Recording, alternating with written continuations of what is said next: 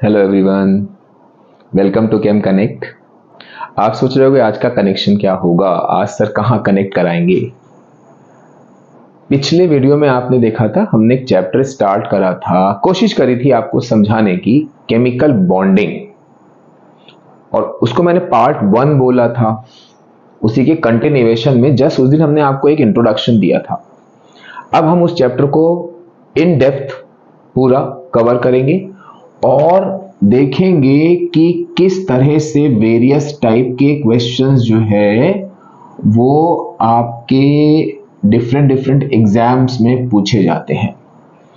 अगर आपको याद हो या आपने वीडियो देखा है मेरा पहला वाला पार्ट, नहीं देखा है तो आप लिंक में देख लेना, डिस्क्रिप्शन पड़ा हुआ है। सेकेंड पार्ट में फर्स्ट पार्ट में हमने कवर किया था कि how atoms combine, why they combine, and various type of bondings like electrovalent bonding and covalent bonding। आज उसी के कंटिन्यूएशन में हम क्या करेंगे, आपको बताएंगे how to draw the structure of various type of compounds, that is electrovalent compounds and covalent compounds. लेकिन उसको हम थोड़ा बाद में कवर करेंगे। एक बार थोड़ा सा हल्का सा रिकैप करते हैं पीछे की तरफ।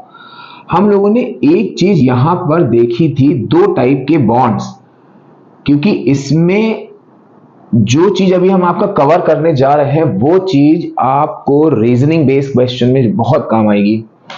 हम लोगों ने दो टाइप के कंपाउंड देखे थे। एक देखा था इलेक्ट्रोवेलेंट कंपाउंड, ब्रीफ में बताएंगे, बहुत ब्रीफ में, ताकि आपको याद आ जाए। और हम लोगों ने यहां देखा था electrovalent compounds are form by transfer of electron, covalent compounds are form by sharing of electron.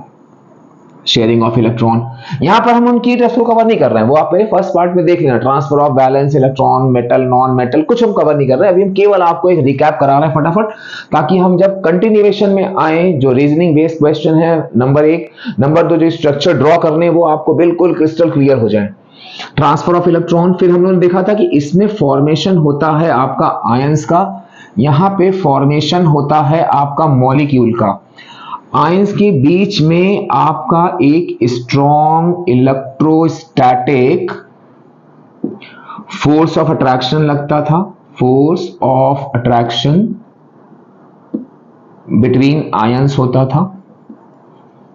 यहां पर आपका weak van der Waals force of attraction होता था, van der Waals force of attraction between molecules. आप इन दो चीजों को ध्यान रखना। अभी हम आपको कनेक्ट करवाएंगे various types of reasoning which are based on electrovalent compound and covalent compound and their various characteristics. बहुत सिंपल से छोटे से एग्जाम्पल लेंगे हम, बहुत लोकल टाइप के एग्जाम्पल लेंगे, जिनसे आपको ये सारी चीजें कवर हो जाएं, और उन्हीं एग्जाम्पल्स को हम यहां पर रिलेट करेंगे अपने दोनों टाइप के कंपाउंड के साथ। कुछ आप कह सकते हो इलेक्ट्रोवेलेंट कंपाउंड या कोवेलेंट कंपाउंड की कैरेक्टरिस्टिक है। अब वो उन कैरेक्टरिस्टिक, कोई भी एक पर्टिकुलर कैरेक्टरिस्टिक अभी लेंगे, अभी हम आपको दिखाएंगे, कोई भी इलेक्ट्रोवेलेंट कंपाउंड की हम कैरेक्टरिस्टिक लेंगे तो वहां पर वो रीजनिंग बेस्ड क्वेश्चन पूछा जाता है कि व्हाई दिस हैपेंस। तो उसके लिए आपको बस छोटी सी दो चीजें याद रखनी है। पहली चीज, ये हमें लग रहा है आपका रिकैप हो गया होगा, इसको हम हटाते हैं, अब डायरेक्ट अपने जो है पॉइंट्स पर अपने पॉइंट पर आते हैं डायरेक्ट। हम लोगों ने पहली चीज देखी थी, एक उसको लेंगे और फिर हम दोनों को एक दूसरे से रिलेट कर देंगे। सबसे पहले हम आपके आते हैं इलेक्ट्रोवेलेंट कंपाउंड्स पर। इलेक्ट्रोवेलेंट कंपाउंड्स, बहुत सिंपल सा एग्जांपल लेते हैं। आप उस एग्जांपल को रिप्रेजेंटेटिव मान लेना कि वो सारे इलेक्ट्रोवेलेंट कंपाउंड का रिप्रेजेंटेटिव है, और बहुत कॉमन कंपाउंड है, आप रोज देखते हो उसको। जो कैरेक्टरिस्टिक आप देखोगे उस पर्टिकुलर कंपाउंड की, जो आप रोज देखते हो, और वो कंपाउंड इलेक्ट्रोवेलेंट कंपाउंड है, उसको आप एज्यूम कर लेना कि ये सारे इलेक्ट्रोवेलेंट कंपाउंड को रिप्रेजेंट कर रहा है। जो कैरेक्टरिस्टिक उस कंपाउंड की होंगी वो सारे के सारे इलेक्ट्रोवेलेंट कंपाउंड्स के लिए ट्रू होंगी। आप सोच रहे हो अरे ऐसा कौन सा कंपाउंड आ गया, हम कहेंगे आप ही बताओ कौन सा कंपाउंड आया, दैट इज सोडियम क्लोराइड। हमने कहा ये तो आप रोज देखते हो, भाई खाने में नमक सभी खाते हैं, तो ये सोडियम क्लोराइड हो गया। अगर हम कहें कि आप हमको इस सोडियम क्लोराइड की कुछ कैरेक्टरिस्टिक बताओ। आपने कहा सर कुछ कैरेक्टरिस्टिक मतलब कुछ जैसे कुछ बताइए क्या करना है।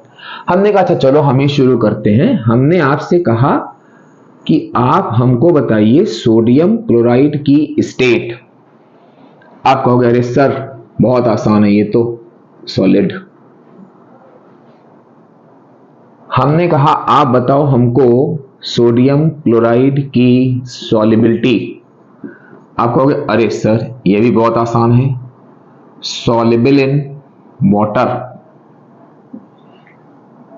हमने कहा आप स्टेट हो गया, सॉल्युबिलिटी हो गई। हमने कहा अब आप बताओ जरा कि इसका मेल्टिंग एंड बॉइलिंग पॉइंट क्या होगा। आप कहोगे अरे सर ये सोडियम क्लोराइड तो सॉलिड स्टेट में होता है, इसका मेल्टिंग और बॉइलिंग पॉइंट बहुत हाई होगा। फिर हमने कहा बेटा अच्छा चलो ऐसा करो इसकी कंडक्टिविटी बताओ हमें। कंडक्टिविटी आप कहोगे sir good conductor, good conductor in aqueous state. हम कहेंगे वेरी गुड। आप बुक में देखोगे लास्ट पेज में दिया हुआ कई सारी कैरेक्टरिस्टिक दे रखी हैं। काउंसिल के सिलेबस में केवल ये आपकी 4 कैरेक्टरिस्टिक हैं। पहली चीज इलेक्ट्रोवैलेंट कंपाउंड की स्टेट, उनकी सॉल्युबिलिटी, उनका मेल्टिंग एंड बॉइलिंग पॉइंट, उनकी कंडक्टिविटी। आप कहोगे, आप सोच रहे होगे अभी तो सर ने कहा था कि ये तो सब सोडियम क्लोराइड की कैरेक्टरिस्टिक है, तो हम कहेंगे हाँ।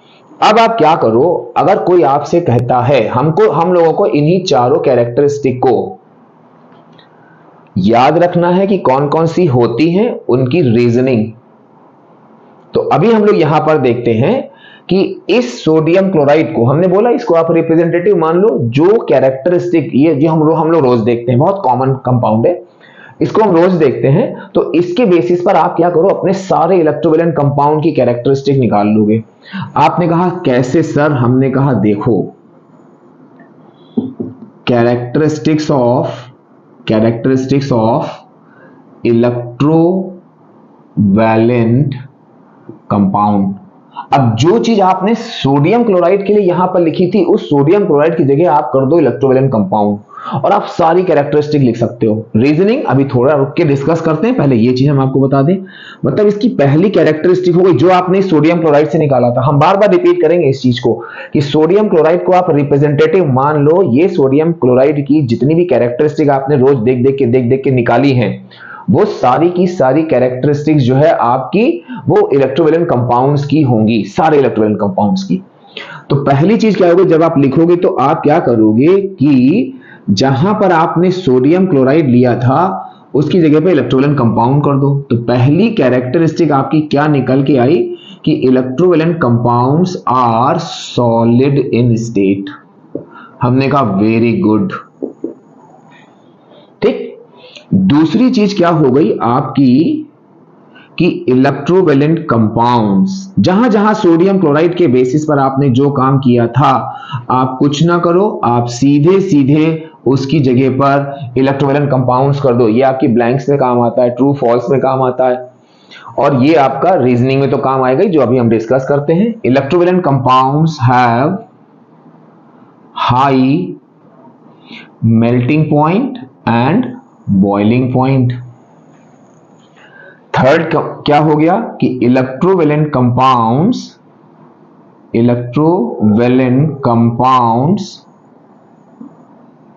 Are good conductors. तीसरी चीज, चौथी प्रॉपर्टी इसकी क्या हो गई कि इलेक्ट्रोवैलेंट कंपाउंड्स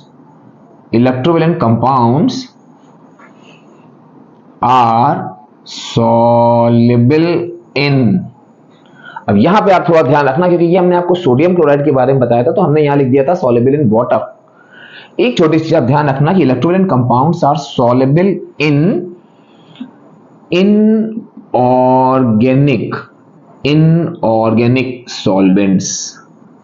इनऑर्गेनिक सॉल्वेंट्स। ये आपका ब्लैंक में काम आएगा। अगर आप ये भी लिख देते हो कि electrovalent compounds are soluble in water, तो वो भी सही है, लेकिन यहां पर वो छोटी सी माइन्यूट चीज जो आपके ब्लैंक में काम आएगी वो हम यहां पर मेंशन कर रहे हैं कि electrovalent compounds are soluble in organic solvents and insoluble in organic solvent। और बहुत छोटा सा एग्जाम्पल हम ले रहे हैं। आपने सिंपल सा देखा होगा इस सोडियम क्लोराइड को, अगर आप सोडियम क्लोराइड लोगे तो वाटर में ये आसानी से आपका डिसॉल्व हो जाता है। आपने देखा होगा भाई, मम्मी खाना बना रही है, उसमें दाल में नमक डाला, नमक घुल गया, दाल पूरी नमकीन हो गई। क्यों? क्योंकि ये सोडियम क्लोराइड वाटर में सॉल्युबल है। अब आपका क्या हुआ यहाँ पे कि electrovalent compounds are soluble in inorganic solvent. Inorganic solvent मतलब सोडियम क्लोराइड आपका इनऑर्गेनिक सॉल्वेंट है। अब एक कोई हम ऑर्गेनिक सॉल्वेंट की बात कर लें, मान लो हम कहें आपसे अल्कोहल, आप छोटा सा एक ग्लास लो, उसमें थोड़ा सा अल्कोहल डालो और उसमें सोडियम क्लोराइड डाल दो। सोडियम क्लोराइड आपका अल्कोहल में सॉल्युबल नहीं होगा। कंक्लूजन क्या निकला? कंक्लूजन निकल के आया कि electrovalent compounds are soluble in inorganic solvent and insoluble in organic solvents. अब आप कह रहे हो सर यहां तो आपने प्रॉपर्टीज अलग लिखी थी, यहां आपने दो सीक्वेंस चेंज कर दिया। हम कहेंगे रुको, अभी हमने क्यों चेंज किया वो आप खुद ही समझ जाओगे। अभी हमने आपसे कहा कि इन पर बेस्ड, इन कैरेक्टरिस्टिक पर बेस्ड, आप कैरेक्टरिस्टिक, अब इस टाइप के वो छोटे बच्चों वाले क्वेश्चन नहीं आएंगे, write two characteristic of electrovalent compound. अब इन कैरेक्टरिस्टिक पर आपको बेस्ड क्वेश्चन मिलेंगे जिनमें आप इन कैरेक्टरिस्टिक के बेसिस पे आंसर निकालोगे अपने। आप कहोगे सर वो क्या है? हमने कहा इन पर बेस्ड क्वेश्चन जो है वो आपके पहली चीज तो ब्लैंक्स करके आते हैं, और दूसरी चीज जो सबसे इंपॉर्टेंट है वो है आपके गिव रीजंस। हमने यहां कहा electrovalent compounds are solid in state, give reason में आता है why electrovalent compounds are solid in state, why electrovalent compounds have high melting and boiling point, why electrovalent compounds are good conductors, why electrovalent compounds are soluble in inorganic solvent। और आप यकीन नहीं करोगे कि जो हमने ये चार कैरेक्टरिस्टिक लिखी हैं, इन चार कैरेक्टरिस्टिक में हमने इसीलिए उधर वाला सीक्वेंस यहां पर चेंज कर दिया था कि इन चार कैरेक्टरिस्टिक में इन दो का सेम रीजन है, इन दो का सेम रीजन है। हमने इसीलिए यहां पर इनको, उधर तो हम लोगों ने सोडियम क्लोराइड के एग्जाम्पल लिया था, तो उस एग्जाम्पल के बेसिस पर हम लोगों ने क्या किया था कि वो कैरेक्टरिस्टिक जो जो आप बताते जा रहे थे या जो जो आपके मन में आ रही थी, हमको लग रहा था कि आप ये सोच रहे होगे, हमने लिख दी। लेकिन जब प्रॉपर चैप्टर में आया हम कैरेक्टरिस्टिक ऑफ इलेक्ट्रोवैलेंट कंपाउंड, तो हमने देखी ना उस सीक्वेंस को चेंज करके, इसीलिए हमने चेंज किया ताकि आपको 2, 3, 4 रीजनिंग ना याद करनी पड़े, रीजनिंग के आंसर ना याद करने पड़े, आप केवल 2 के याद कर लो। इसका याद कर लो, ऑर्डर यही आप दिमाग में रखना, इनकी रीजनिंग सेम है, इनकी रीजनिंग सेम है। और अभी क्यों रीजनिंग सेम है वो हम अभी आप एक्सप्लेन करेंगे। अगर आपको वो ना याद रहे तो आप उस बेसिस पे कर देना। हम लोग अब आते हैं इनकी रीजनिंग्स पर, इसको अभी हम लिखा रहने दे रहे हैं, हम इधर आते हैं। हमने आपसे कहा कि electrovalent compounds are solid in state, तो हम क्या करेंगे, वही अपने रिप्रेजेंटेटिव को लेके चलेंगे। आप सोचोगे रिप्रेजेंटेटिव कौन है? Representative means sodium chloride. और एक चीज आप ध्यान रखना, आपको कुछ नहीं करना है, ये चारों कैरेक्टरिस्टिक याद हो गई, कोवैलेंट की आपको ऑटोमेटिकली याद हो जाएंगी। आप कहोगे हैं सर ये कैसे होगा? हम कहेंगे देखो यहां पर क्या है, electrovalent compounds are solid in state, बस छोटा छोटा चेंज कर दो। Covalent compounds are semi solid और liquid in state. Electrovalent compounds have high melting and boiling point. Covalent compounds have low melting and boiling point. Electrovalent compounds are good conductors. Covalent compounds are poor conductors or bad conductors. Electrovalent compounds are soluble in inorganic solvent. आप यहां कर दो covalent compounds are insoluble in inorganic solvent and soluble in organic solvent. एक smart study यही होती है, ये नहीं कि आप कैरेक्टरिस्टिक ऑफ इलेक्ट्रोवैलेंट कंपाउंड चारों कैरेक्टरिस्टिक रट रहे हो, कोवैलेंट कंपाउंड चारों रट रहे हो। आप ये देखो दोनों को कंपेयर करा के क्या कोई ऐसी चीज कॉमन चीज है जो हमें मिल रही है, या कोई छोटे छोटे से ऐसे चेंजेस हैं कि जहां पर हम उनको चेंज कर दे तो एक पूरे कंपाउंड का जो भी कैरेक्टरिस्टिक है वो दूसरे कंपाउंड की कैरेक्टरिस्टिक सारी बन जाए। तो ये छोटी छोटी चीजें हम आपको बताएंगे ताकि आपको याद करने में आसानी रहे, आपका टाइम बचे, और सबसे बड़ी बात कि पूरी चीज आपकी कवर भी हो जाए। तो अब हम बात करते हैं सोडियम क्लोराइड, क्योंकि हमने इसको रिप्रेजेंटेटिव माना था। सोडियम क्लोराइड को अभी हम इन सारे पॉइंट्स में लगाएंगे और किस वजह से ये रीजनिंग होती है वो हम आपको दिखाएंगे। हमने कहा बेटा जरा ऐसा करो, सोडियम क्लोराइड याद करो हम लोगों ने कैसे बनाया था। आपने कहा अरे सर ये ट्रांसफर ऑफ इलेक्ट्रॉन से बनता है। हमने कहा ये ट्रांसफर ऑफ इलेक्ट्रॉन से बनता है। हमने कहा वेरी गुड। अब आप सोच रहे होगे सर ने यहां कुछ रब किया है। अभी स्ट्रक्चर में वो चीज हम क्लियर करेंगे कि हमने जो चीज रब करी है वो क्यों करी है, और वो बहुत माइन्यूट मिस्टेक कराएगा आपकी, जो कि हम होने नहीं देंगे। ये इलेक्ट्रॉन हम लोगों ने ट्रांसफर किया, यहां पर ये बन गया आपका सोडियम का आयन और ये बन गया आपका क्लोरीन का आयन। हमने पिछले उसमें बताया था जब हम लोग इलेक्ट्रोवैलेंट कोवैलेंट कंपाउंड के बारे में पढ़ रहे थे कि ये इलेक्ट्रोवैलेंट कंपाउंड का जो आउटकम होता है वो आयंस के फॉर्म में होता है, या आप ये कह सकते हो इनके जो कंस्टिट्यूएंट पार्टिकल्स हैं वो आयंस होते हैं, और कोई भी दो अपोजिटिवली चार्ज्ड आयंस होंगे उनके बीच में आपका क्या होगा, strong electrostatic force of attraction. Strong electrostatic force of attraction होगा बिटवीन आयंस। इस पर आप फोकस करना, बिटवीन आयंस। अभी कहां इसकी यूटिलिटी हम बताते हैं आपको। हमने कहा देखो बेटा ये सोडियम का आयन है, ये क्लोरीन का आयन है, ये आपने क्या किया, इनके बीच का strong electrostatic force of attraction बना दिया। आपने कहा yes sir. Electrostatic force of attraction बहुत स्ट्रॉन्ग होता है।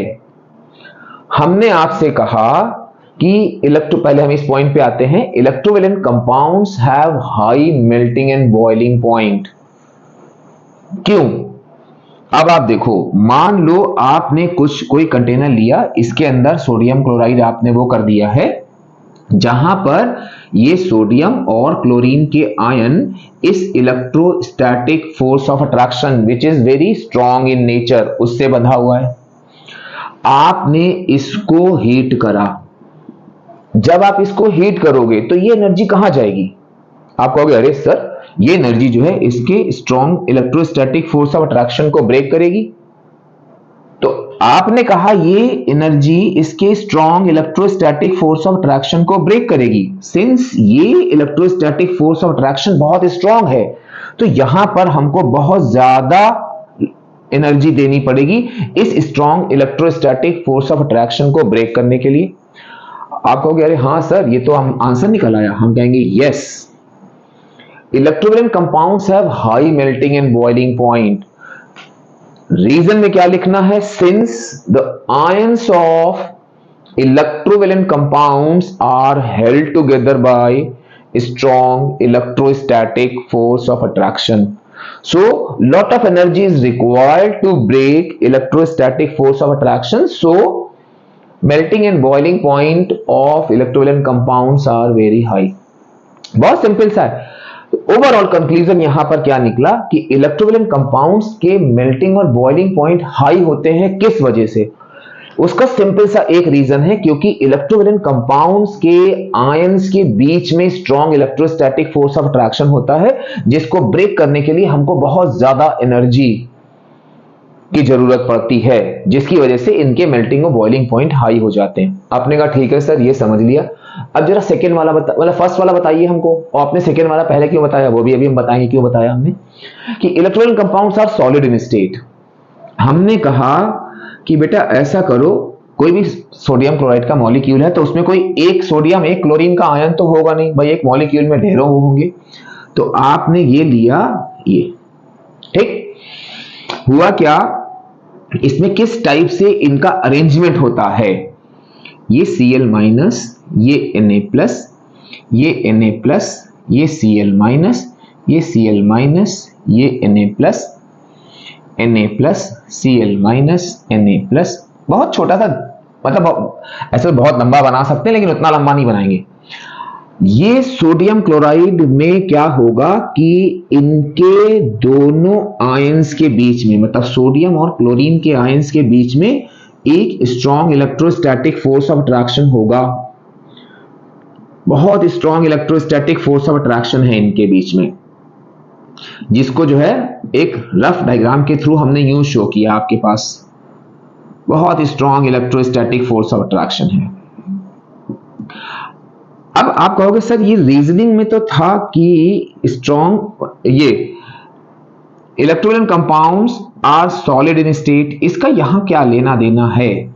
हम कहेंगे कि अगर आपने सोडियम क्लोराइड के आयंस का अरेंजमेंट देखोगे तो आपको इस टाइप से ये कुछ डेंस सा स्ट्रक्चर मिलेगा, जहां पे सोडियम और क्लोरीन दोनों के आयंस वो आपके इस फोर्स ऑफ अट्रैक्शन से, strong electrostatic force of attraction से बंधे होंगे। अभी हमने आपको बोला और बार बार बोलेंगे कि इलेक्ट्रोस्टैटिक फोर्स ऑफ अट्रैक्शन जो है वो आपका बहुत स्ट्रांग होता है। होगा क्या उससे कि ये फोर्स ऑफ अट्रैक्शन इतना स्ट्रांग है, इतना स्ट्रांग है कि ये सोडियम और इस क्लोरीन के आयन बिल्कुल क्लोजली पैक्ड होंगे। अट्रैक्शन फोर्स है तो बहुत ही पास पास होंगे, जिसकी वजह से क्या होगा कि इलेक्ट्रोवेलेंट कंपाउंड जो है उनकी स्टेट जो है वो आपकी सॉलिड हो जाती है, क्योंकि आयंस के बीच में स्पेस बहुत कम होता है और इनके बीच में strong electrostatic force of attraction होता है। आप कहोगे अच्छा सर समझ में आ गया। अब हमने आपसे कहा कि अब आप देखो, हमने आपसे कहा था कि इन दोनों क्वेश्चन की रीजनिंग का आंसर सेम है। आप दोनों का नाम याद करना, किसी एक का याद करना, दोनों में लगा देना। हमने कहा चलो अगर ये चीज समझ में आ गई है, इसको हम रब करते हैं। हमने कहा अगर ये चीज समझ में आ गई है तो अब आप हमको इन दोनों क्वेश्चंस के आंसर दो। आपने कहा सर अभी इसमें बहुत कॉमन मिस्टेक जो होती है वो हम बताएंगे, पहले नहीं लिखेंगे हम, पहले हम इसका सही आंसर लिखेंगे, फिर उसमें हम आपको बताएंगे कि कौन कौन जगह पर बच्चे गलतियां करते हैं जो हम लोग एग्जामिनेशन कॉपी में देख के बच्चों के मार्क्स डिडक्ट करते हैं। यहां पर क्या होगा, आप यहां पर दोनों क्वेश्चन का सेम आंसर लिखोगे कि सिंस आयंस ऑफ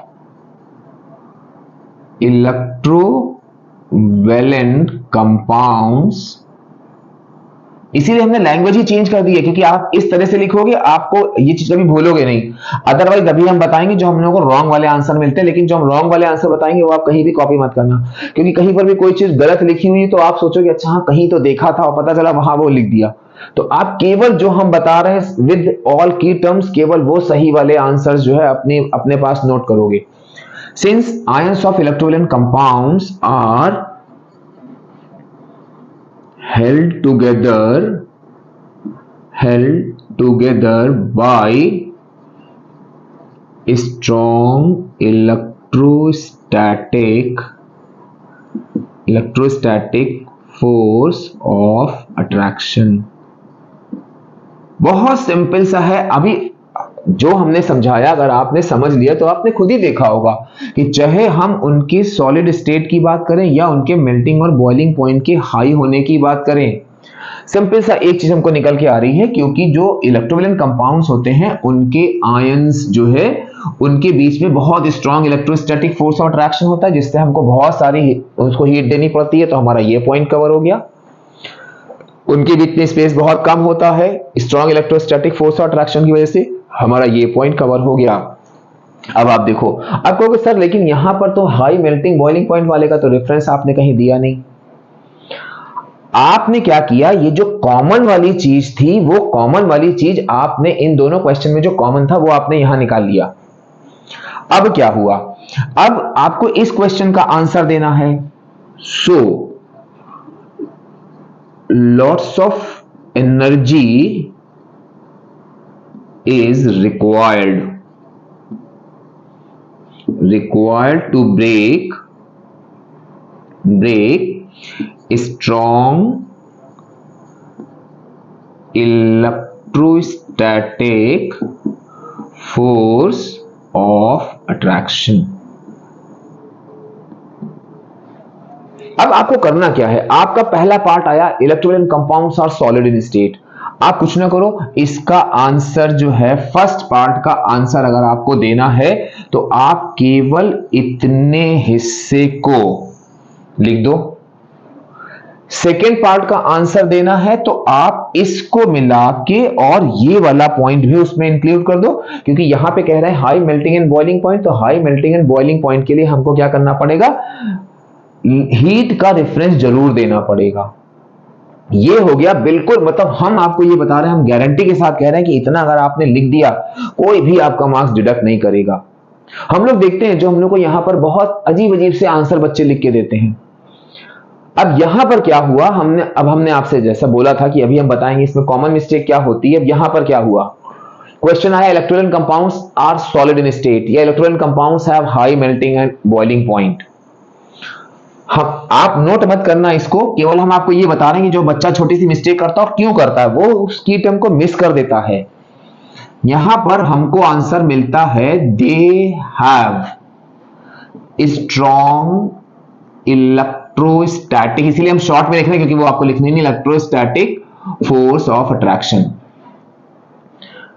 आप हो गए अरे सर सही तो है, गलती क्या करी उसने। हम लोग क्या करते हैं, यहां पर अंडरलाइन करके बच्चे के मार्क्स को डिडक्ट कर देते हैं। आप कहोगे अरे सर ऐसा क्या है, हम कहेंगे और नहीं तो क्या। क्वेश्चन था electrovalent compound are solid in state, electrovalent compounds have high melting and boiling point. यहां पर ये दे आपका क्या रिप्रेजेंट कर रहा है, आप कहोगे अरे सर इलेक्ट्रोवैलेंट कंपाउंड को। तब मेरा क्वेश्चन होगा कि आप हमको ये बताओ कि क्या इलेक्ट्रोवैलेंट कंपाउंड के बीच में strong electrostatic force of attraction होता है। आप कहोगे नहीं सर, उनके आयंस के बीच में होता है। तो आप यहां देखो ना, इससे तो आपका आंसर यही निकल रहा है कि electrovalent compounds are solid in state. ये बहुत माइन्यूट चीजें हैं जो आपको ध्यान रखनी है, अदरवाइज नंबर कट जाएंगे। तो हमने बोला था आपसे हम आपका कनेक्शन कराएंगे, तो एक भी चीज हम आपको कोई ऐसी नहीं बताएंगे जो आपका एक भी पॉइंट मिस करा दे, ये गारंटी हम ले रहे हैं। तो यहां पर क्या हुआ कि they have strong electrostatic force of attraction, ये चीज आपको नहीं लिखनी है। ये हम लोग को, हम वो कॉमन वाले आंसर बता रहे हैं, गलत वाले जो हम लोग को मिलते हैं। पहली गलती तो ये होती है। दूसरी गलती क्या होती है, बच्चे लिखते हैं electrolyte compounds are solid in state या electrolyte compounds have high melting and boiling point. बच्चे का लिखना होता है कि बिकॉज। अब आप ध्यान देना, आपको अरे सर इतने माइन्यूट पॉइंट्स में मार्क्स कट जाते हैं, हाँ कट जाते हैं। Because there exist strong electrostatic force of attraction between them. अगर आपने मेरा पहला वाला पॉइंट ध्यान से देखा होगा, आप गलतियां खुद पकड़ लोगे। आपने कहा अरे सर गलती पकड़ ली, हमने कहा कहां पे, अरे सर ये देखिए देम लगाया है, हमने कहा वाओ वेरी गुड, समझ लो समझ में आ गया। तो यहां होना क्या चाहिए, अरे सर उनके बीच में strong electrostatic force of attraction थोड़ी ना होता है, strong electrostatic force of attraction तो होता है बिटवीन दियर आयंस। हम कहेंगे वेरी गुड, आपको समझ लो सब समझ में आ गया। अब यहां पर प्रॉब्लम क्या हुई कि इसीलिए हम जब भी कभी भी बच्चों को बताते हैं, हम कहते हैं बेटा ये मत लिखना क्योंकि देम के चक्कर में गड़बड़ हो सकती है, दे वाला मत लिखना, आप सीधे सीधे स्टार्ट करो because ions of electrovalent compounds are held together. आप कहीं गलत कर ही नहीं सकते हो, क्योंकि वहां पर प्रॉब्लम क्या हो रही थी, बच्चा दे या देम यूज कर रहा था जहां पे आयंस नहीं आ रहा था। आपकी स्टार्टिंग ही हमने यहां पे आयंस से करा दी कि since ions of electrovalent compounds are held together by strong electrostatic force of attraction. कोई भी कहीं भी किसी भी दुनिया के कोने में आप चले जाओ, आपका इस आंसर में कोई भी मार्क्स नहीं काटेगा, क्योंकि आपने बिल्कुल स्पेसिफिक चीज बता दी है कि आयंस के बीच में इलेक्ट्रोस्टैटिक फोर्स ऑफ अट्रैक्शन होता है। अपने इस स्टेटमेंट को थोड़ा सा स्टेटमेंट चेंज किया बस। तो ये हम लोग के दो क्वेश्चन के आंसर मिल गए कि electrovalent compounds are solid in state and electrovalent compounds have high melting and boiling point. अब आप कहोगे सर इन दोनों पॉइंट्स में क्या करेंगे, हमने कहा अभी रुक जाओ, दोनों पॉइंट्स नहीं, दोनों का आंसर एक है, आपको दो पॉइंट याद ही नहीं करने हैं। हमने आपसे कहा कि electrovalent compounds are good conductors of electricity, या गुड कंडक्टर्स कह लो आप इलेक्ट्रिसिटी, और उसमें थोड़ा सा कंफ्यूजन होता है हीट में, तो electrovalent compounds are good conductors. हमने कहा कि बेटा जरा इसका कुछ आंसर सोचो क्या होगा, या electrovalent compounds are soluble in organic solvent. अगर मान लो हम आपसे कहें, आपने फिजिक्स में पढ़ा होगा कंडक्टर्स, अगर हम कहें कि किसी भी कंपाउंड के कंडक्टर होने के लिए व्हाट इज रिस्पॉन्सिबल, आप कहोगे अरे सर फ्री आयंस। हम कहेंगे की टर्म आपने पूरा बता दिया, दोनों के लिए यह चीज यूज करना, because due to presence of free ions, पूरे नंबर मिलेंगे आपको। तो electrolyte compounds are good conductors due to presence of free ion. Electrolyte compounds are soluble in inorganic solvent and insoluble in organic solvent due to presence of free ions. तो अब आपने क्या किया, इसको हम हटाते हैं थोड़ा सा ये, और यहां पर इन दोनों क्वेश्चन का हम सेम आंसर लिख देते हैं कि due to presence of free ions.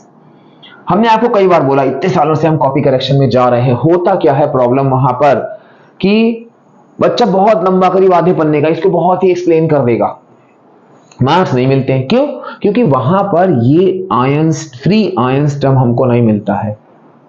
अब इसमें भी हम आपको बता रहे हैं जो कॉमन मिस्टेक हम लोग, आप कहोगे अरे सर इसमें भी, हम कहेंगे यस।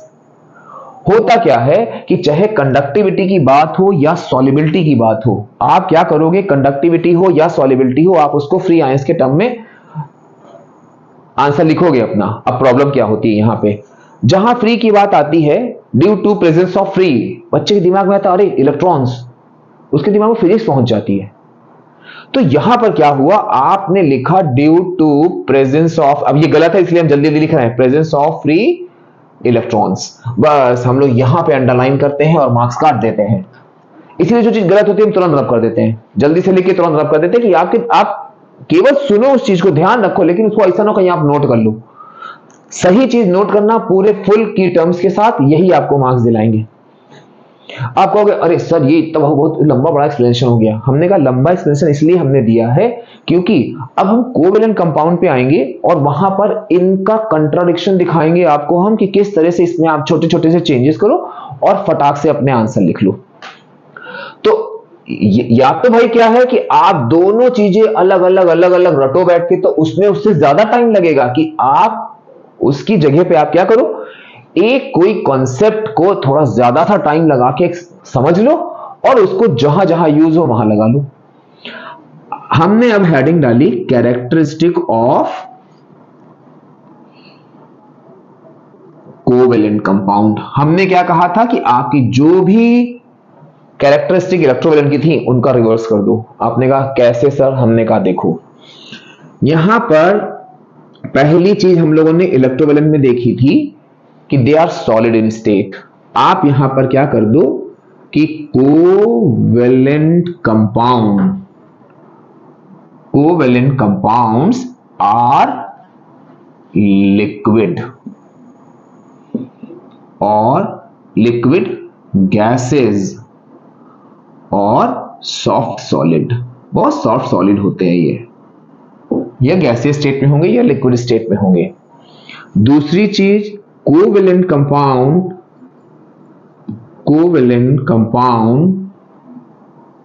इलेक्ट्रोवेलेंट में सेकेंड पॉइंट क्या था? High melting point and boiling point. यहां पर low melting point and boiling point. अब इससे पहले कि हम दो पॉइंट्स आगे लिखें, हम जरा आपसे कहें कि इलेक्ट्रोवेलेंट कंपाउंड में आपने उनकी स्टेट के बारे में और उनके मेल्टिंग और बॉइलिंग पॉइंट के बारे में क्या रीजन बताया था। आप कहोगे अरे सर उसमें बताया था strong electrostatic force of attraction, क्योंकि उसमें आयंस के बीच में strong electrostatic force of attraction लगता था। अब आपको क्या करना है, यहां पर कोवेलेंट कंपाउंड में आपको ध्यान रखना है, जो कि मेरे पहले वाले वीडियो में हमने कंपैरिजन करके बताया था और आज भी हमने थोड़ा सा रिवाइज कराया था कि इनके जो मॉलिक्यूल्स होते हैं उनके बीच में week van der Waals force of attraction होता है। तो आपको कुछ नहीं करना है, इन दोनों क्वेश्चन में सिंपल सा आपको एक चीज लिखनी है, ड्यू टू वीक, या फिर से इसमें दे वाली प्रॉब्लम ना आए तो आप यहां क्या करोगे, because their molecules are held together by weak van der Waals force of attraction. ये बहुत सिंपल सी चीज हो गई आपकी। तो हमने क्या कहा था, एक में टाइम लगा तो दूसरे वाले में ऑटोमेटिकली आपको सेम उसी पैटर्न पे, जब आपको लो मेल्टिंग बॉइलिंग पॉइंट का वो करना हो तो आप लिख दो so less amount of energy is required, खत्म हो गया आपका। अब आप कहोगे कंडक्टिविटी में सर क्या करेंगे हम, वो भी बहुत आसान है। या सॉल्युबिलिटी में क्या करेंगे, तो यहां पर ये आपका आ गया insoluble in inorganic solvent, inorganic solvent and soluble in organic solvent। चौथा क्या था हम लोगों का कि पुअर और बैड कंडक्टर ऑफ, पुअर और बैड कंडक्टर ऑफ, या पुअर और बैड कंडक्टर, इलेक्ट्रिसिटी या हीट का डिफरेंस मत देना, बस पुअर और बैड कंडक्टर। अब आप कहोगे सर इसमें आंसर क्या होगा, हमने कहा चलो इसके आंसर के लिए पहले जरा हमें उधर रिवाइज कराओ कि इलेक्ट्रोलिन कंपाउंड में आपने इसमें क्या लिखा था। आप कहोगे अरे sir due to presence of free ions, presence की जगह पे उसका एंटोनिम्स लिख दो आप, बस खत्म आपका answer. Due to absence of free ions. Marks 110% आपको मिलेंगे, बस केवल बहुत डिटेल में आंसर लिखा, वो पर्टिकुलर की टर्म्स नहीं है, आपको नंबर नहीं मिलेंगे। आपको मेन फोकस करना है इन की टर्म्स पर।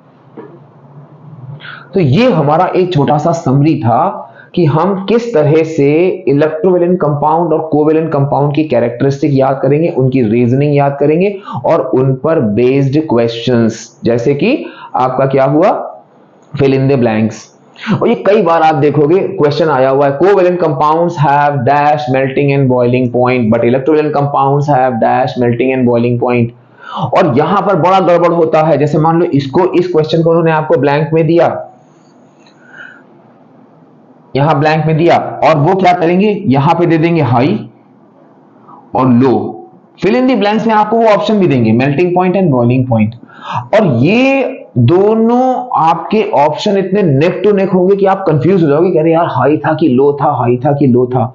आपको याद रखना है electrovalent compounds, electrostatic force of attraction between ions, so strong automatically होगा, तो उनके मेल्टिंग पॉइंट हाई होंगे, यहां पर मेल्टिंग पॉइंट लो होंगे। आपको कुछ नहीं करना, यहां लो फिल कर देना है। तो इस टाइप के रीजनिंग बेस्ड क्वेश्चन, इस टाइप के फिल इन दी ब्लैंक्स, ये आपको इस पूरी जो हमने एक लाइन खींच के ड्रॉ किया था कि इलेक्ट्रोवेलेंट कंपाउंड और कोवेलेंट कंपाउंड, इनके बारे में आपको ये सारी इंफॉर्मेशन मिल गई, सारे क्वेश्चन कैसे आते हैं सब कुछ मिल गया, क्या चीज हमें लिखनी है क्या नहीं लिखनी, ऑल की टर्म्स। अब एक छोटा सा क्वेश्चन हम आपको इसी पर बेस्ड बता रहे हैं, जो कि इलेक्ट्रोवेलेंट कंपाउंड और कोवेलेंट कंपाउंड में डायरेक्टली डिफरेंस नहीं पूछा गया है। और ये क्वेश्चन जब आया था तो हम लोगों ने यहां पर दो नंबर का क्वेश्चन था, ज्यादातर बच्चों को 1 नंबर मिला था, दूसरा नंबर का कट गया था बहुत जरा से मिस्टेक में। क्वेश्चन पूरा ये है, आप चाहे तो इसका स्क्रीनशॉट ले लो, या इस क्वेश्चन को अगर आप वो कर रहे हो तो आप नोट करके अपने पास रख लो, या जब भी आप देखना इसको ध्यान से देखना।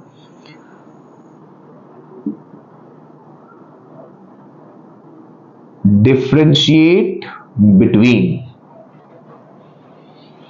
Sodium chloride and carbon tetrachloride. Differentiate between sodium chloride and carbon tetrachloride differentiate between sodium chloride and carbon tetrachloride with reference to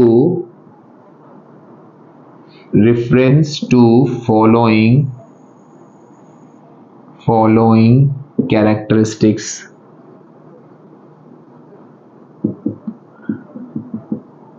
हम थोड़ा सा इसको वो करेंगे इस तरह से कि आप, अगर आपको स्क्रीनशॉट लेना, बहुत इंपॉर्टेंट क्वेश्चन है बोर्ड का, आपको अगर इसका स्क्रीनशॉट लेना आप आराम से लेना।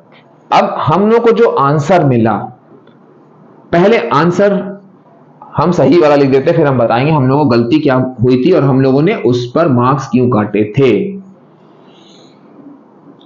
इस टाइप के क्वेश्चन करने का तरीका होता है कि आप ये लिखा, इसको 3 पार्ट्स में डिवाइड कर लो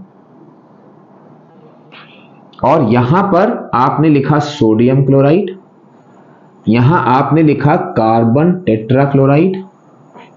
बहुत तो नहीं, लेकिन प्रेजेंटेशन काउंसिल के एग्जाम में मायने रखता है। सही भी लिखा है, प्रेजेंटेशन भी अच्छा है, तो एक इंप्रेशन ही बढ़िया बनता है।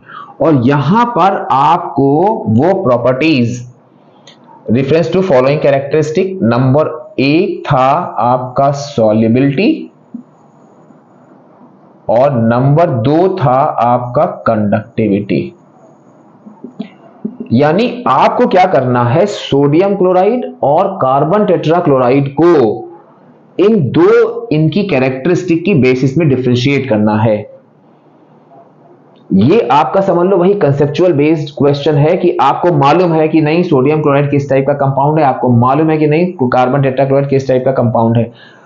अब आप ये चीज भूल जाओ कि डायरेक्ट क्वेश्चन पूछे जाएंगे differentiate between electrovalent compound and covalent compound, ऐसे क्वेश्चन हम नहीं आने, इन पर बेस्ड क्वेश्चन आएंगे। अब आपने तुरंत दिमाग में दौड़ाया, अच्छा ये तो सोडियम Na+Cl- ये CCl4 मेटल और नॉन मेटल के बीच में, बस तुरंत ये इलेक्ट्रोवैलेंट कंपाउंड है, ये कोवैलेंट कंपाउंड है।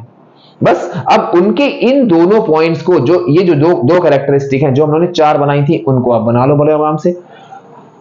आपने कहा सर देखिए कोशिश करते हैं, अगर गलत हो जाए तो नंबर ना काटिएगा, समझा दीजिएगा। हमने कहा कोई बात नहीं, हम नंबर नहीं काटेंगे। सॉल्युबिलिटी, ठीक, यहां पे आप लिखोगे कैरेक्टरिस्टिक्स और ये आपके दोनों कंपाउंड दिए सॉल्युबिलिटी, और दूसरा आपका हो गया कंडक्टिविटी। अब हो गया सर बड़ा आसान, ये इलेक्ट्रोवैलेंट कंपाउंड है, ये सॉल्युबल होते हैं, ये इनसॉल्युबल होते हैं।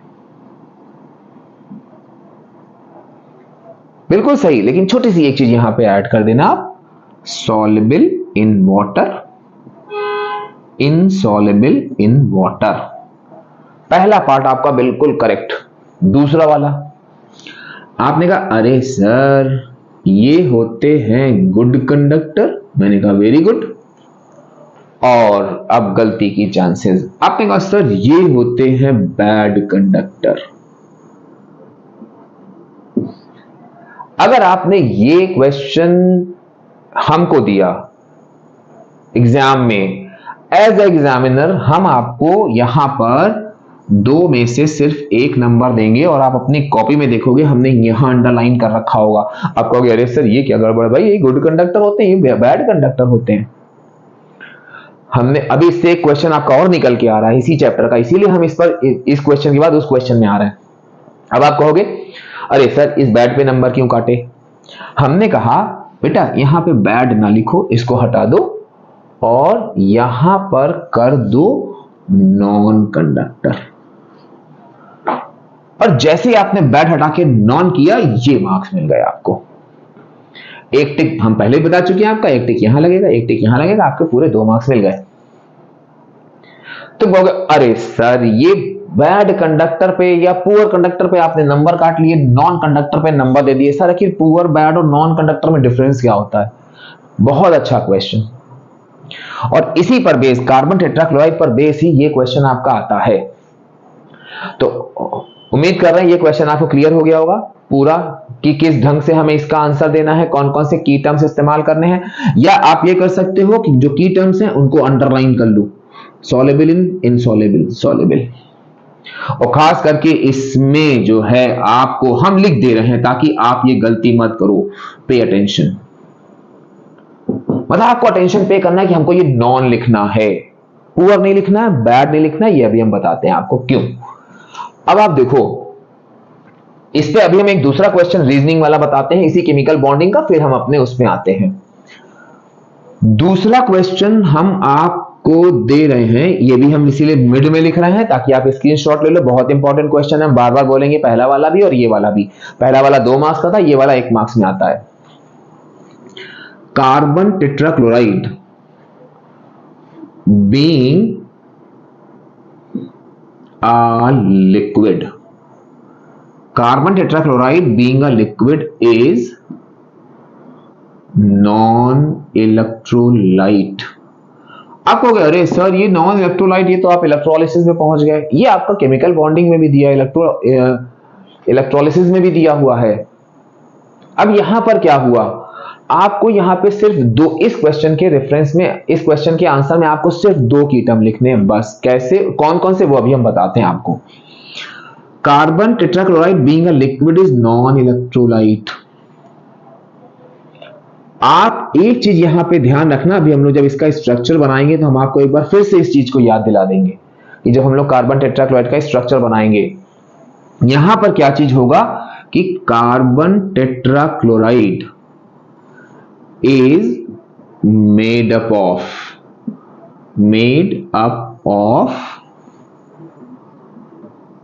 molecules only. So आप अगर थोड़ा सा भी कुछ लग रहा हो कि अरे नॉन इलेक्ट्रोलाइट, ये तो इलेक्ट्रोलिसिस का है, आप यहां पे ये करो, carbon tetrachloride being a liquid is non conductor.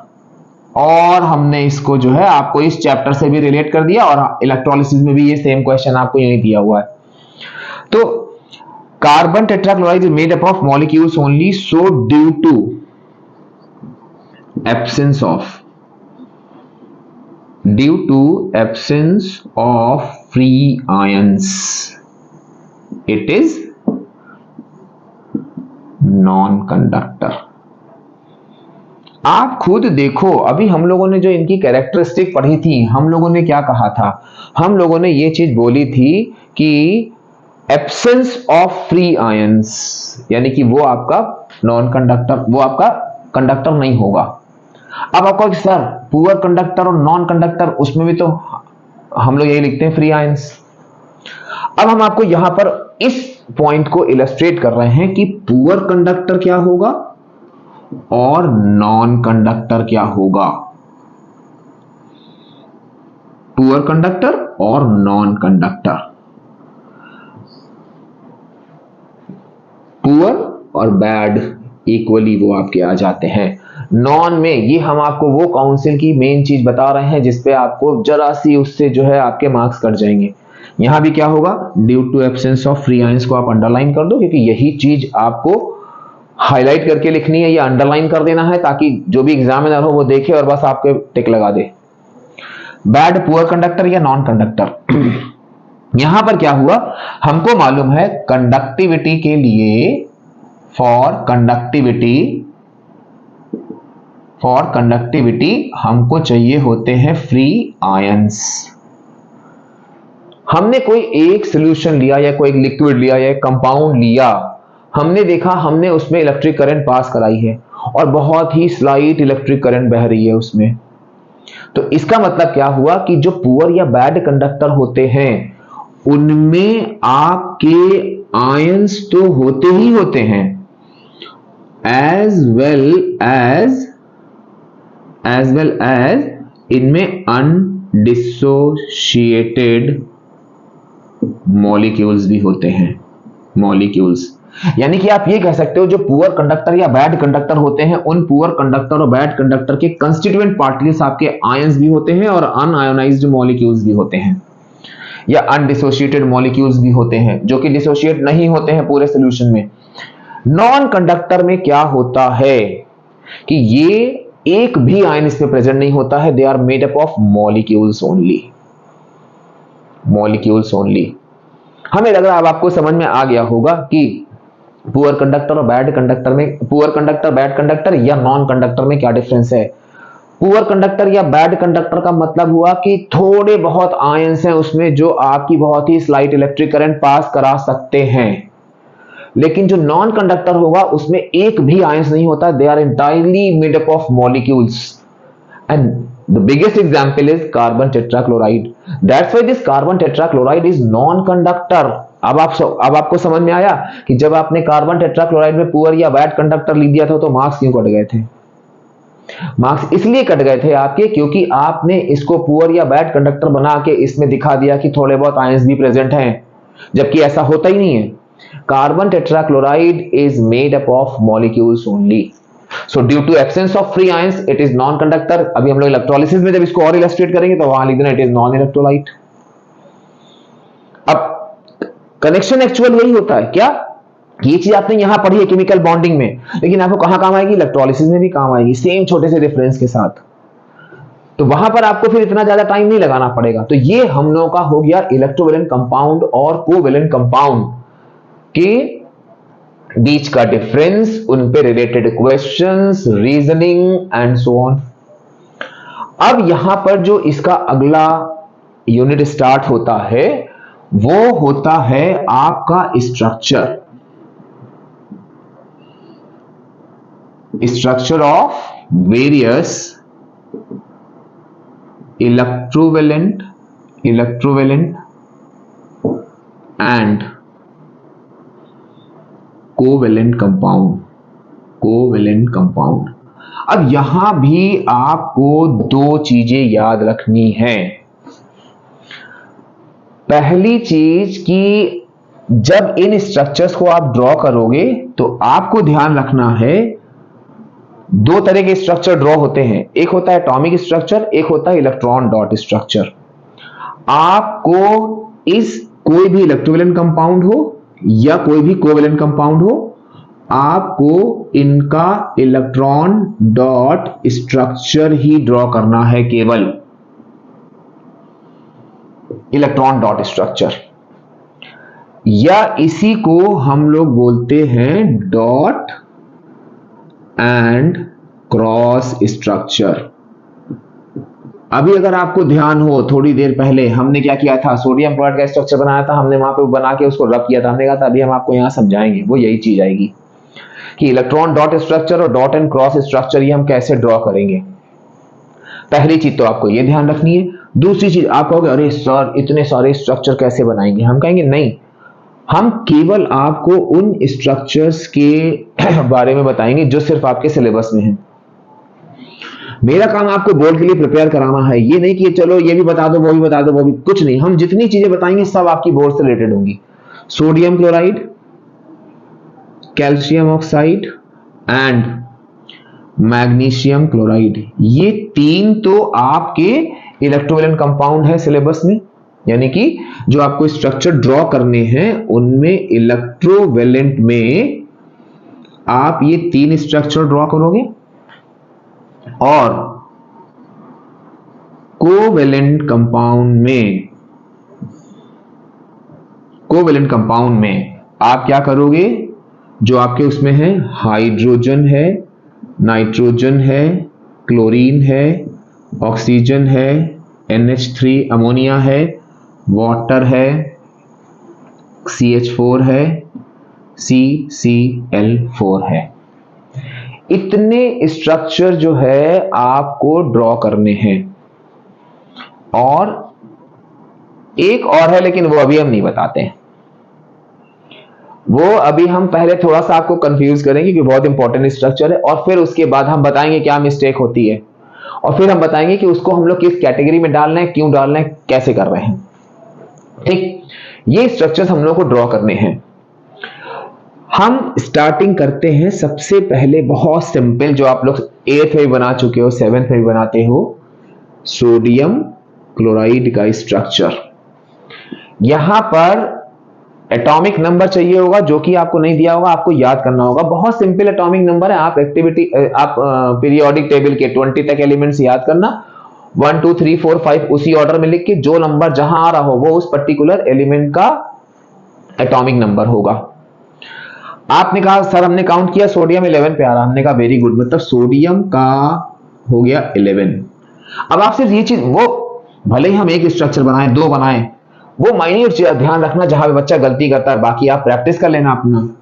हमने क्लोरीन लिया जो कि 17, इनका हमने बनाया 2,8,1 2,8,7।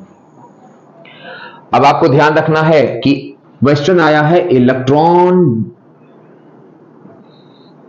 Electron dot structure of sodium chloride. Electron dot structure में आप एक चीज यहां पे नोट कर लो कि जब आप इलेक्ट्रॉन डॉट स्ट्रक्चर बनाओगे सोडियम क्लोराइड का, कैल्शियम ऑक्साइड का या मैग्नीशियम क्लोराइड का, only electrons present in outermost shell are represented। आप ये क्यों लिख रहे हो? क्योंकि ये बहुत मायने रखता है। बच्चे हम लोग देखते हैं कॉपी में, बच्चा क्या करता है, पहले 2 इलेक्ट्रॉन, फिर 8 इलेक्ट्रॉन, फिर 1 इलेक्ट्रॉन, फिर उसको शेयर कराता है, फिर ये बनाता है। वो आपका 9th का स्ट्रक्चर है। आपके सिलेबस में ही है इलेक्ट्रॉन डॉट स्ट्रक्चर, जिसका एक रूल होता है कि only electrons present in outer most shell is to be represented. अब यहां पे क्या हुआ, आपने लिया सोडियम, आउटर मोस्ट शेल में 1 इलेक्ट्रॉन, आपने 1 ले लिया। यहां लिया आपने क्लोरीन, आउटर मोस्ट शेल में 7 इलेक्ट्रॉन। अगर आपको ध्यान हो तो जब हम इससे पहले अभी बना रहे थे तो हमने यहां भी डॉट बना दिया था और यहां भी डॉट बना दिए थे, जो कि गलती हो गई थी। तो फिर मैंने कहा कि मैं उसको यहां पे आपको इलस्ट्रेट करूंगा। ये आपका इलेक्ट्रॉन डॉट स्ट्रक्चर है या डॉट एंड क्रॉस स्ट्रक्चर है, जिसमें क्या होता है कि जितने भी इलेक्ट्रोवैलेंट कंपाउंड्स हैं they are form between a metal and non metal by transfer of electron. तो जब एक मेटल है एक नॉन मेटल है तो उनके इलेक्ट्रॉन के सिंबल भी अलग अलग होंगे, क्योंकि दोनों डिफरेंट टाइप के एलिमेंट्स हैं। अब हमने आपको पहले बताया था कि यहां पे आप इसके इलेक्ट्रॉन ट्रांसफर को दिखाओगे बेंडेड एरो से, तो आपका क्या बन गया, एक हो गया Na+, क्योंकि after loss of electron it will acquire a positive charge, and Cl में माइनस चार्ज। आपने कहा सर बन गया, मैंने कहा 0 भी तो ले लो। तुमने कहा अरे सर सही तो है, देखिए ना ये प्लस चार्ज ये माइनस चार्ज। हमने कहा अच्छा, आप यहां से हमको देख के बताओ। ये बहुत ही माइन्यूट मिस्टेक होती जो आप नहीं करोगे इसको समझ लेने के बाद। हमने कहा सोडियम के आउटर मोस्ट शेल में, आपने कहा सर 1 इलेक्ट्रॉन। हमने कहा वेरी गुड। क्लोरीन के आउटर मोस्ट शेल में सर 7 इलेक्ट्रॉन। हमने कहा इनमें कैसे इसका सोडियम क्लोराइड बनेगा? आपने कहा sir bye transfer of electron between sodium and chlorine. हमने कहा सोडियम कितने इलेक्ट्रॉन ट्रांसफर करेगा? आपने कहा 1। आपने कहा क्लोरीन कितने इलेक्ट्रॉन करेगा? आपने कहा 1 इलेक्ट्रॉन गेन करेगा। हमने कहा वेरी गुड। क्लोरीन के पास नेगेटिव चार्ज कब आया? ये बहुत बड़ा क्वेश्चन है। आप कहोगे अरे सर जब इस क्लोरीन ने 1 इलेक्ट्रॉन एक्सेप्ट कर लिया तो आपका नेगेटिव चार्ज आ गया। हमने कहा आपको स्ट्रक्चर ड्रॉ करना था तो आपने इस क्लोरीन के 8 इलेक्ट्रॉन शो क्यों नहीं करे? ये बहुत माइन्यूट चीज है, कोई नहीं बताएगा आपको, नंबर कट जाएंगे आपके, बस प्लस माइनस आप देखोगे नॉर्मली ऐसे ही पढ़ाया जाता है 1 2 3 4 5 6 7, और फिर आपका ये सोडियम का इलेक्ट्रॉन था तो आप इस इलेक्ट्रॉन को आपने डॉट बनाया तो आप डॉट बना लेना। अब एक चीज आप यहां पे और ध्यान रखना, ये आपके विश है कि आप कहां पे डॉट बनाते हो कहां पे क्रॉस बनाते हो, लेकिन जब आप इलेक्ट्रोवैलेंट कंपाउंड ड्रॉ कर रहे हो तो आपको एक डॉट और एक क्रॉस स्ट्रक्चर बनाना पड़ेगा। ये हमने आपको एक तरीका बता दिया, उसी बेसिस पे आप कैल्शियम ऑक्साइड, उसी बेसिस पे आप मैग्नीशियम क्लोराइड, इनके स्ट्रक्चर ड्रॉ करके देखना, दोनों के डिफरेंट इलेक्ट्रॉन्स के रिप्रेजेंटेशन करना, इलेक्ट्रॉन का लॉस दिखाना, लॉस दिखाने के बाद मेटल पे पॉजिटिव चार्ज, नॉन मेटल पे negative charge with all 8 electrons, और बस इसको रिप्रेजेंट कर देना। बहुत सिंपल है, ज्यादा कुछ नहीं करना होता है, बस ये छोटी चीज आपको याद रखनी है। अब यहां पर एक क्वेश्चन हम आपको बताएंगे जो बोर्ड में आता है, ब्लैंक में भी 2 नंबर में, आप जो भी क्वेश्चन पेपर हो आपके पास पुराने या उनमें आप देखना ये क्वेश्चन आया हुआ है। क्वेश्चन आता है, जो क्वेश्चन आया है as it is word by word हम वही लिख रहे हैं, आप उसको कहीं भी रिलेट कर देना किसी भी इलेक्ट्रोवैलेंट कंपाउंड से, उस टाइप के क्वेश्चन को। इन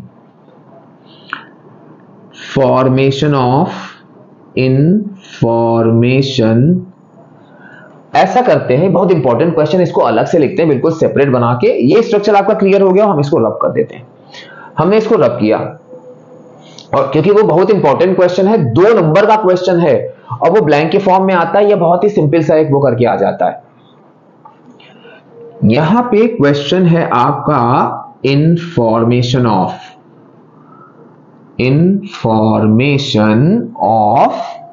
आप ध्यान देना इन और फॉर्मेशन अलग अलग है। इनफॉर्मेशन ऑफ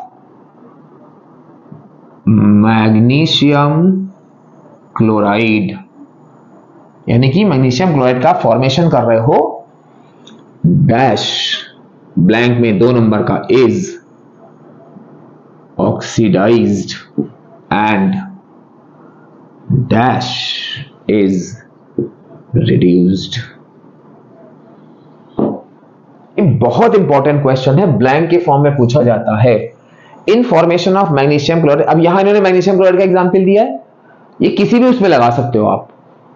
तो आपको यहां पर इस क्वेश्चन के आंसर के लिए, अभी हम डायरेक्ट आंसर नहीं बता रहे हैं, इस क्वेश्चन के आंसर के लिए हम एक दे रहे हैं आपको नोट, और वो नोट क्या कह रहा है कि इन इलेक्ट्रोवैलेंट कंपाउंड, मतलब कोई भी इलेक्ट्रोवैलेंट कंपाउंड आप लोगे उसमें, कोई भी, चलो इसको हम और वो कर देते हैं कि in any electrovalent compound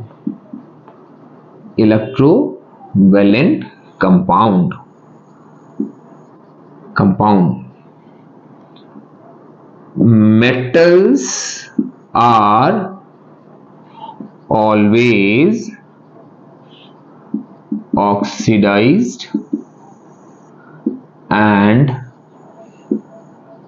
non-metals are always reduced। हम ऐसे आपको खाली कॉन्सेप्ट नहीं बताएंगे, हम एक एक क्वेश्चन में जो भी आपके कॉन्सेप्ट लग रहे हैं, या जो चीजें लग रही हैं, जो पॉइंट्स लग रहे हैं, वो हम आपको उसी के साथ बताते चलेंगे। आपका काम क्या है कि सिर्फ आप क्या करो कि एक नोट पॉइंट करके इन पॉइंट्स को अपने पास लिख लो। Note, in any electrovalent compound metals are always oxidised and non metals are always reduced. Question clear? आप कहोगे अरे सर ये तो क्लियर हो गया। मैग्नीशियम एंड क्लोरीन, बहुत सिंपल सा है। अब यहां तुमने कहा अरे सर हम तो ये वाला याद कर गए थे, वहां उन्होंने कह दिया कि कैल्शियम ऑक्साइड में dash is oxidised dash is reduced. कुछ नहीं, यहां पे आप कैल्शियम कर दो, यहां पे आप ऑक्सीजन कर दो। क्यों? क्योंकि आपको ये बेसिक फंडा मालूम है कि in any electrovalent compound metals are always oxidised and non metals are always reduced. कोई भी इलेक्ट्रोवैलेंट कंपाउंड फॉर्म करो, सोडियम क्लोराइड की बात करें, सोडियम क्लोराइड में यहां पर क्या हो जाएगा आपका सोडियम, यहां आपका हो जाएगा क्लोरीन। Very simple. तो ये हमारे कुछ इलेक्ट्रॉन डॉट स्ट्रक्चर आप कैल्शियम ऑक्साइड का अपने आप बना के देखना, सेम इसी बेसिस पे जो हमने आपको बताया था। बस एक चीज ध्यान रखना, नॉन मेटल के ऊपर इलेक्ट्रॉन जब वो गेन करेगा तो उसके ऊपर आप सारे इलेक्ट्रॉन शो जरूर करना, और उस पर बेस्ड ये जो सबसे इंपॉर्टेंट क्वेश्चन था, कई बार पूछा गया है एग्जाम में, वो हमने आपको बता दिया।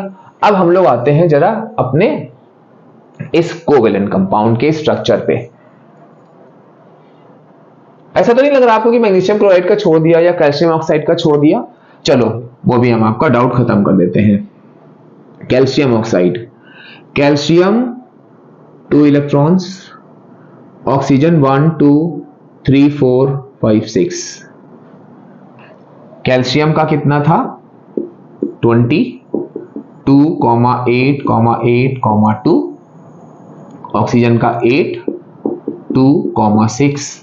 अब बहुत सिंपल सा देख लो, यहां पे क्या है कि कैल्शियम के आउटर मोस्ट शेल में 2 इलेक्ट्रॉन जो हमने डॉट से शो कर दिए, ऑक्सीजन के आउटर मोस्ट शेल में 6 इलेक्ट्रॉन जो हमने क्रॉस से शो कर दिए। अब क्या करना है आपको, इनका ट्रांसफर दिखाना है। Transfer is always with the help of a bended arrow. अब बेंडेड एरो कैसे मिला आपको? एक ऊपर आप कर दो, एक नीचे कर दो। अब कैल्शियम ने कितने इलेक्ट्रॉन लूज किया? आप कहोगे सर 2, हम कहेंगे इसमें पॉजिटिव चार्ज लगा दो। ऑक्सीजन ने क्या किया? 2 इलेक्ट्रॉन गेन किए, इस पे नेगेटिव लगा दो चार्ज। अब गलती मत करना, यहां पे आपको क्या करना है, आपको 1 2 3 4 5 6, ये 6 इलेक्ट्रॉन तो जो ऑक्सीजन के पास ऑलरेडी है वो दिखाने, और 2 इलेक्ट्रॉन जो इसने कैल्शियम से लिए हैं वो दिखाने हैं। आपने कहा सर ठीक है याद रखेंगे, अब बताइए तीसरा वाला। मैंने कहा तीसरा वाला ले लो। तीसरा क्या है आपका? Magnesium chloride. Magnesium outer most shell में 2 इलेक्ट्रॉन, 12 2, 8, 2। इस पे थोड़ा सा आप ध्यान रखना। क्लोरीन में 17 2, 8, 7। अब आप ध्यान से देखो, क्लोरीन के आउटर मोस्ट शेल में 7 इलेक्ट्रॉन है। मैग्नीशियम इसको 1 इलेक्ट्रॉन अपना दे देगा, लेकिन अभी भी इसके पास एक और बचा। तो अब ये क्या करेगा? ये क्या करेगा? एक दूसरे क्लोरीन को लेगा और अपना दूसरा इलेक्ट्रॉन उसको दे देगा। तो यहां पर इसको हम शो करेंगे मैग्नीशियम और ये 1 इलेक्ट्रॉन, ये 1 इलेक्ट्रॉन और क्लोरीन 1 2 3 4 5 6 7 1 2 सॉरी यहां पे क्लोरीन लेंगे 1 2 3 4 5 6 7। अब क्या होगा? मैग्नीशियम, आप ध्यान रखना बेंडेड एरो गड़बड़ मत करना। अब मैग्नीशियम ने कितने इलेक्ट्रॉन लूज किए? आप कहोगे सर 2। हम कहेंगे उस पर कितना चार्ज आएगा? आप कहोगे सर +2। अब इस क्लोरीन पे क्या होगा? दोनों क्लोरीन को आप अलग अलग बना देना। क्लोरीन 1 2 3 4 5 6 7 और ये इसका 1 इलेक्ट्रॉन विद नेगेटिव चार्ज। यहां पर क्लोरीन 1 2 3 4 5 6 7, ये क्लोरीन के, 1 मैग्नीशियम का, और इस पर माइनस चार्ज लगा देना। ये लो आपका पूरा स्ट्रक्चर बन गया। तो ये हम लोगों ने देखे स्ट्रक्चर इलेक्ट्रोवैलेंट कंपाउंड के। आप भी सोच रहे होगे आज सर बड़ा लंबा वो कर रहे हैं, हमको भी लग रहा है कि शायद ये कुछ लंबा हो जा रहा है। तो आप टेंशन ना लो, हम थर्ड पार्ट में कवर कर देंगे कोवैलेंट कंपाउंड और एक नई टाइप की बॉन्डिंग, कोऑर्डिनेट बॉन्डिंग। ये हम आपको अपने नेक्स्ट पार्ट में, ज्यादा लंबा वीडियो होगा, आप भी देखने से बोर हो जाओगे, देखोगे नहीं, छोड़ दोगे। तो अभी हमने केवल, अभी आप ये समझ लो कि आपने केवल इलेक्ट्रोवैलेंट कंपाउंड के सारे स्ट्रक्चर ड्रॉ किए हैं with all related questions. Covalent compound and third type की, टाइप ऑफ कोवैलेंट कंपाउंड और थर्ड टाइप की bonding, that is coordinate bonding. ये हम आपके लिए एक थर्ड वीडियो बना देंगे, आप उसमें देख लेना।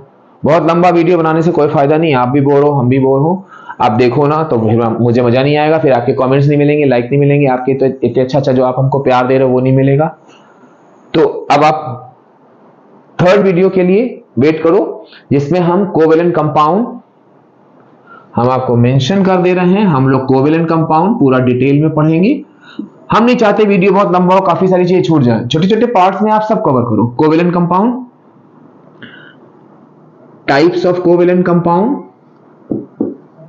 टाइप्स ऑफ कोवैलेंट कंपाउंड, क्योंकि जल्दबाजी हम नहीं करते, भले ही जो है थोड़ा सा वो लग जाए, सारी चीजें कवर होनी चाहिए। अभी हम जल्दी जल्दी खाली इनके स्ट्रक्चर बना दें, टाइप ना बताएं, और फिर हमने आपको बोला था एक कंपाउंड ऐसा है जो हम आप, तो फिर आप भी कहोगे कि आधा अधूरा पढ़ाया। और दूसरी चीज, हम लोग अपने उसमें कोऑर्डिनेट बॉन्ड के बारे में पढ़ेंगे। तो फिर से लास्ट जाते जाते हम क्या कहेंगे आपसे, चैनल को लाइक करो, सब्सक्राइब करो, अपना ऐसे ही प्यार देते रहो, अच्छे अच्छे कमेंट्स दो। अगर आपको लग रहा है कि कुछ आपको सजेशन देना, आप सजेशन भी दे सकते हो। फिर हम लोग जो है अपने नेक्स्ट वीडियो में बहुत ही जल्दी मिलेंगे कोवैलेंट कंपाउंड, उसके टाइप और कोऑर्डिनेट बॉन्ड के साथ। बाकी जितने भी मेरे वीडियोस हैं उनके लिंक चैनल में नीचे पड़े हुए हैं, आप देख लीजिएगा। Till then bye bye.